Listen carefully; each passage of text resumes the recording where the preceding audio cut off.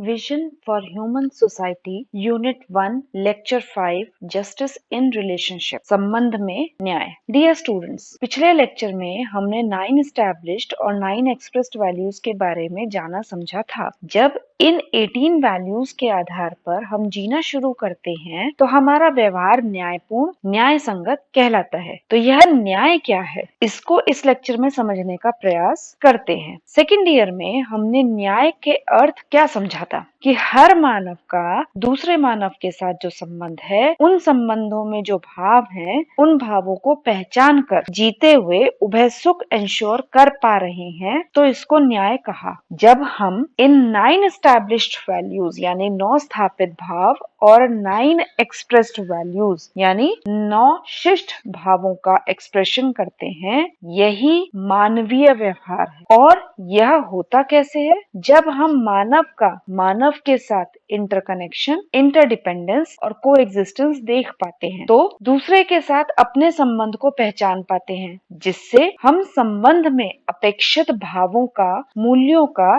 निर्वाह कर पाते हैं। यही हमारी तरफ से मानवीय व्यवहार है, यानी स्थापित मूल्यों को सुनिश्चित कर शिष्ट मूल्यों को परस्परता में अभिव्यक्त करना, यही मेरी तरफ से न्याय है। और इसी को हमने पीछे डिफाइन किया था कि जब हम अपने भावों को पहचान कर उनके आधार पर जीते हैं तो उभय सुख इंश्योर होता है। और अपने भावों के आधार पर जीने का मतलब ही है मानवीय व्यवहार में जीना, और यह मानवीय व्यवहार हम अभिव्यक्त करते हैं तो यही हमारी तरफ से न्याय है। Ensuring established values in myself and living with expressed values is justice। इस तरह से जीने के प्रयास में न्याय सुनिश्चित करते समय हम एक दूसरे को इवैल्यूएट भी करते हैं, और इवैल्यूएशन में अगर मैं यह पाता हूँ कि मैं अपनी फीलिंग्स जो कि एक्सपेक्टेड हैं उनको सही तरह से एक्सप्रेस कर पाया हूँ, तो मैं आराम में आता हूँ, मैं तृप्त होता हूँ। और जब दूसरा मेरे द्वारा एक्सप्रेस्ड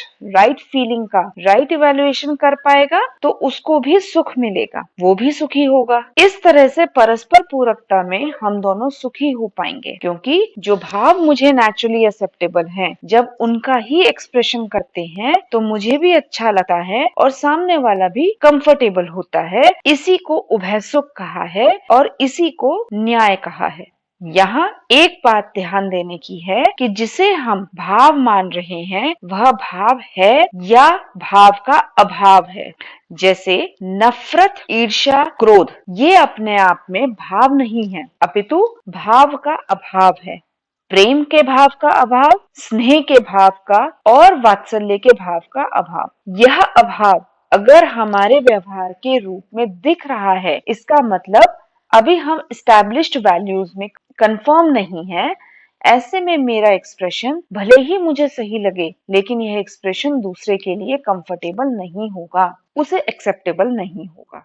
ठीक, तो यह एक चेकमार्क की तरह है कि जो हम एक्सप्रेस कर रहे हैं वह हमारी तरफ से न्याय संगत है या नहीं। ऐसा जीकर मैं भी आराम में हूँ और दूसरा व्यक्ति भी आराम में है, तो ही न्याय कहलाता है। और यह न्याय एक्सप्रेस करने के लिए क्या रिक्वायरमेंट है कि हम अपने भावों को समझ पाएं और अपने अंदर स्थापित मूल्यों के आधार पर शिष्ट मूल्यों को एक्सप्रेस कर पाएं। इसी बात को सेकेंड ईयर में भी न्याय के रूप में डिफाइन किया गया था। Recognition of relationship, fulfilment of values, right evaluation and mutual fulfilment. मैं करूंगा तो मेरी तरफ से न्याय होगा, दूसरा करेगा तो उसकी तरफ से न्याय होगा।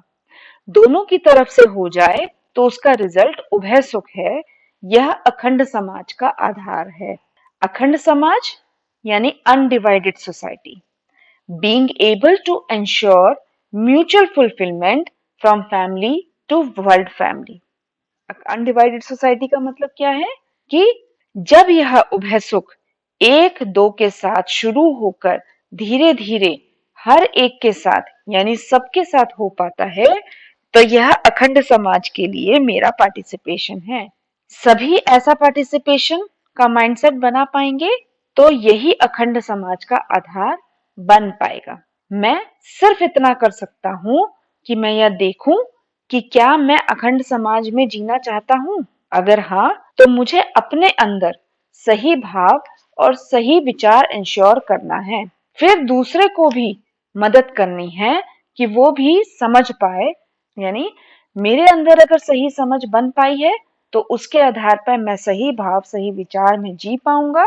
जब मैं यह इंश्योर कर पाऊंगा तो साथ ही साथ दूसरा मुझसे कंफर्म होगा और मुझसे सीखने समझने को तैयार होगा। जब दूसरा मुझसे सीखने समझने को तैयार है तो मैं उसे मदद करने को, उसकी समझ डेवलप करने में हेल्प करने को तैयार हूँ। यही मेरी तरफ से न्याय है।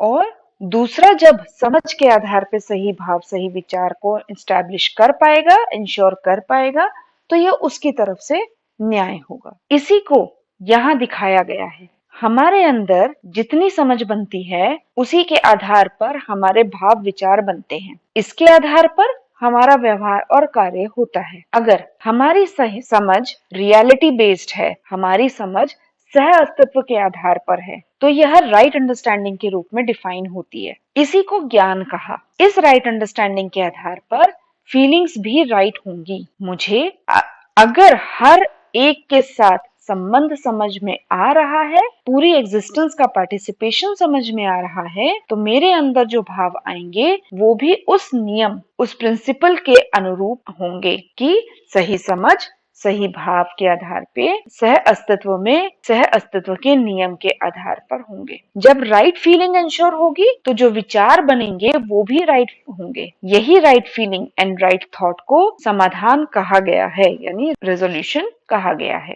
तो सही समझ होगी, समझ के आधार पर समाधान होगा, तो समाधान के आधार पर मेरा व्यवहार कार्य होगा। व्यवहार कार्य ही समझ का एक्सप्रेशन होता है। जैसी समझ बनी है वैसा ही व्यवहार कार्य हम करते हैं। समझ के आधार पर भाव विचार और भाव विचार के आधार पर व्यवहार कार्य।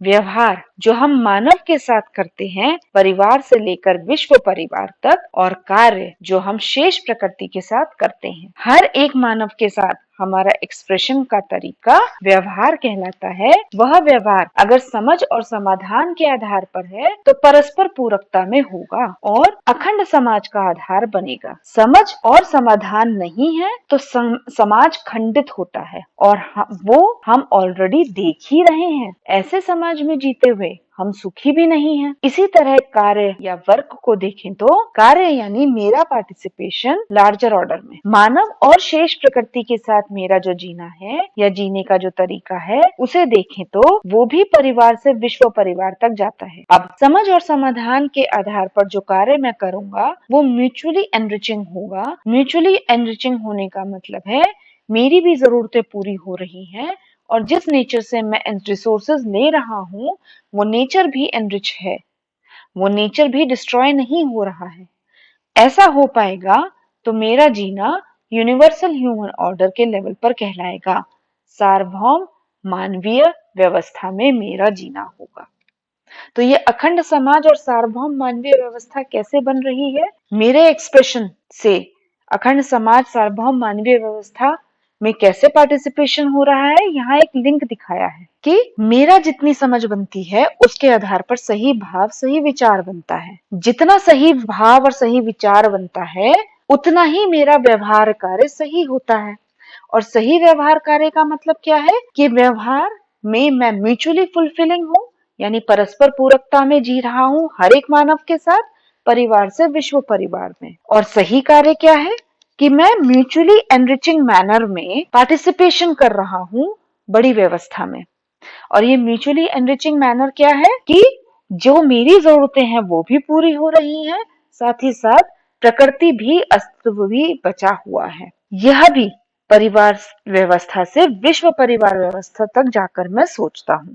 यानी सिर्फ अपने आज के रिक्वायरमेंट ऑफ रिसोर्सेस को ना सोचकर मैं पूरे विश्व परिवार तक, पूरी विश्व परिवार व्यवस्था तक हर एक के ऊपर मेरी इच्छाओं का, मेरी जो नीड्स हैं उनका क्या इम्पैक्ट पड़ रहा है और उन नीड्स को पूरा करने का जो तरीका है उनका क्या इम्पैक्ट पड़ रहा है, यहाँ तक आकर मैं सोच रहा हूँ।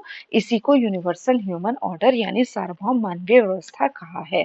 यह सार्वभौम मानवीय व्यवस्था क्या है कि हर एक यूनिट को प्रिजर्व करते हुए, हर एक यूनिट को जीने का स्कोप देते हुए मैं भी जी रहा हूँ और बाकी सबको भी जीने दे रहा हूँ। अगर मैं ऐसा कर रहा हूँ तो यही यूनिवर्सल ह्यूमन ऑर्डर है। अब दूसरा मेरे व्यवहार का मूल्यांकन कैसे कर रहा है, तो हमारे अंदर जैसे भाव होते हैं उसके आधार पर ही विचार बनते हैं। उन्हीं विचारों को हम व्यवहार के रूप में व्यक्त करते हैं। और व्यवहार कैसे शो होता है, तो हमारी भाषा, भंगिमा, मुद्रा, अंगाहार से, यानी language, expression, gestures and body postures से। दूसरा हमारे इन्हीं भाषा, भंगिमा, मुद्रा और अंगाहार का ऑब्जर्वेशन करता है और इंटरप्रिटेशन करता है, अर्थ निकालता है। यह अर्थ ही विचार के रूप में आता है। जैसा अर्थ होता है वैसा ही उसमें विचार बनते हैं और उसी विचार से उसके भाव बनेंगे। उस भाव के आधार पर वह मेरे साथ जीने का तरीका अपनाएगा।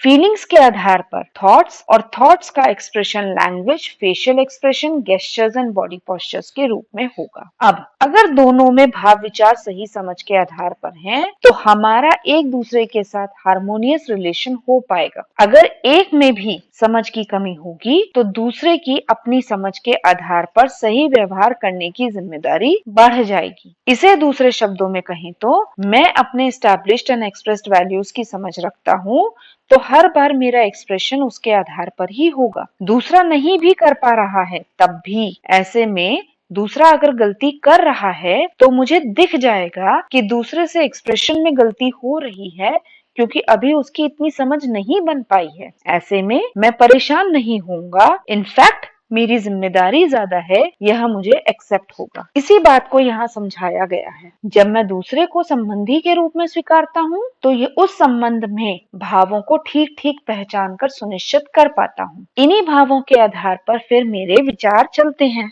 जिन्हें मैं वचन और शरीर से अभिव्यक्त करता हूँ। ऐसे जीते हुए मैं तृप्त होता हूँ। दूसरा मेरे व्यवहार को सुनने और देखने के रूप में ऑब्जर्व करेगा और उसका एक अर्थ निकालेगा। उस अर्थ के आधार पर और भावों के ठीक ठीक आकलन के आधार पर वह अपने भाव विचार तय करेगा और उससे सुखी होगा। लेकिन अगर उसका आकलन गलत हो रहा है या उसको अपने भाव विचार की समझ नहीं बनी है, तो ऐसे में भावों की समझ ना होने से विचार गड़बड़ होंगे, जिससे फिर वह दुखी होगा। इसी तरह हमारे साथ भी है। इसमें कंक्लूजन क्या निकलता है कि मेरा सुख और दुख टोटली मेरे हाथ में है। दूसरे ने मुझे सुखी या दुखी नहीं करा है। दूसरा अपनी समझ के अकॉर्डिंग अपना एक्सप्रेशन दे रहा है और उससे वो सुखी या दुखी हो रहा है। अगर ये समझ मेरी बन पाती है तो सीधे सीधे ये दिखता है कि अब मैं अगर चाहता नहीं हूँ तो मैं दुखी नहीं होने वाला। यह पूरा डायग्राम इसी को दिखाता है। मैं समझ के आधार पर अपने एक्सप्रेशंस को देख रहा हूँ, उस एक्सप्रेशन से मैं सुखी हो रहा हूँ। दूसरा अपनी समझ के आधार पर मेरे एक्सप्रेशन को नोटिस कर रहा है, उससे वो अपनी फीलिंग्स को कंफर्म कर रहा है, तो वो सुखी हो रहा है। यही दोनों की म्यूचुअल हैप्पीनेस का आधार है। दोनों को अपने सुख के लिए अपने एफर्ट्स करने होंगे। इसमें यह ध्यान देने की बात है कि हमारी फीलिंग्स की समझ होने के साथ साथ हमारा एक्सप्रेशन भी बहुत मायने रखता है। यह हमारा एक्सप्रेशन ही है जिससे दूसरा व्यक्ति हमारे बारे में समझने की कोशिश करता है। भाषा, भंगिमा, मुद्रा, अंगाहार ही हमारे एक्सप्रेशन है। तो जरूरी है कि अगर समझ बनी है तो हम अपने एक्सप्रेशंस पर भी ध्यान दें और देख पाएं कि वो एक्सप्रेशन हमारी समझ के अकॉर्डिंग ही आ रही है या कोई ना कोई मान्यता या कोई ना कोई मिसअंडरस्टैंडिंग मेरे पे काम कर रही है। तो ये भाषा, भंगिमा, मुद्रा, अंगाहार ये है क्या? तो जब हम एक्सप्रेशन करने के लिए अपने शब्दों का प्रयोग करते हैं उसे भाषा कहा। आंखों की पोजीशन, चेहरे के फीचर्स का प्रयोग करते हैं तो फेशियल एक्सप्रेशन यानी भंगिमा कहा। उसी तरह एक्सप्रेशन करते समय शरीर के अंगों की पोजीशन जैसे हाथ बंधे होना, हाथ मिलाना, गले लगाना आदि इन्हें मुद्रा यानी बॉडी पोस्चर्स कहा। और शरीर को किसी खास मुद्रा में या पोजीशन में रखना अंगाहार यानी गेस्चर कहलाते हैं। जैसे डांस में डांसर अपने शरीर से पर्टिकुलर पोजीशन बनाकर कम्युनिकेट करने का प्रयास करते हैं। एग्जाम्पल देती हूँ तो मटका सर पर उठाना, मोर की तरह नाचना, सल्यूट करना आदि ये गेस्चर्स हैं। इन सभी से सामने वाला यानी इन भाषा से, मुद्रा से, अंगाहार से, भंगिमा से सामने वाला यह जानने का प्रयास करता है कि हमारे मन में क्या चल रहा है। तो कम्युनिकेशन एक बहुत बड़ा जरिया है हमारी फीलिंग्स को शो करने का। इस कम्युनिकेशन में हम जितना रिजॉल्व हैं, जितना हम समाधानित हैं, उतना आसानी से और सही हम उसका एक्सप्रेशन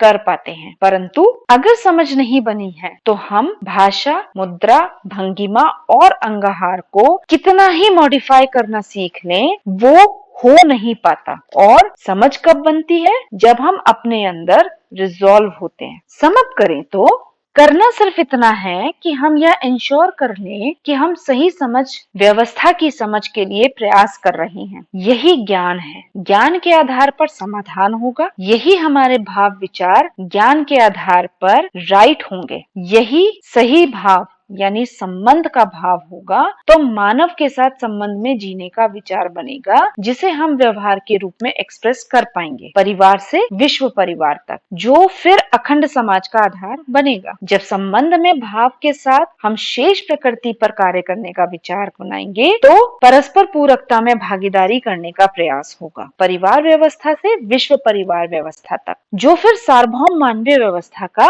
आधार बनेगा। यही हमारे जीने का पूरा फैलाव। और अगर इस फैलाव को हम ध्यान रखकर समझ डेवलप करते हुए इंश्योर कर पाते हैं तो अखंड समाज और सार्वभौम मानवीय व्यवस्था में अपना पार्टिसिपेशन दे पाते हैं। अभी के लिए इतना ही। अगली वीडियो में हम संबंधों के प्रकार और उसमें निहित भावों की बात करेंगे। अगर यह वीडियो पसंद आया है तो इसे लाइक एंड शेयर जरूर करें। आगे और भी कंटेंट पाने के लिए चैनल को सब्सक्राइब करें। तब तक के लिए थैंक यू फॉर टुडे।